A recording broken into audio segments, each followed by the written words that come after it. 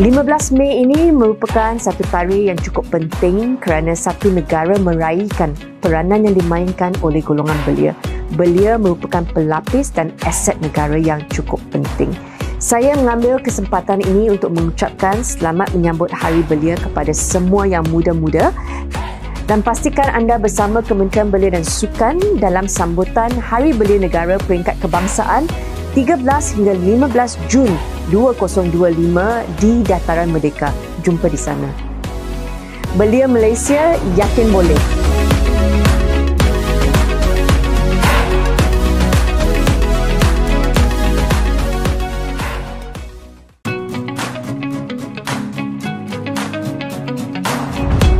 Assalamualaikum, salam sejahtera, salam Malaysia Madani. Khusus buat anak-anak muda dekat luar sana, saya ingin mengucapkan selamat menyambut Hari Belia Negara. Hari Belia Negara kita sambut setiap tahun sebagai satu penghargaan dan juga pengiktirafan kepada setiap sumbangan anak-anak muda dalam negara kita.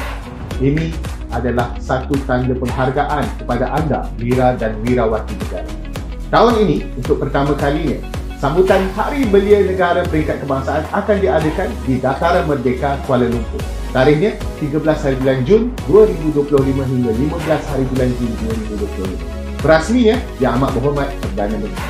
Jadi, saya jemput semua anda di luar sana untuk hadir memeriahkan sambutan Hari Belia Negara Peringkat Kebangsaan di Dataran Merdeka. Ada ramai-ramai banyak aktiviti yang bakal disebutkan buat anda.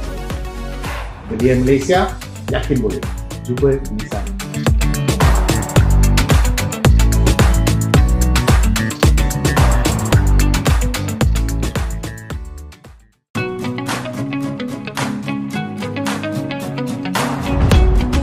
Salam sejahtera dan salam Malaysia Madani.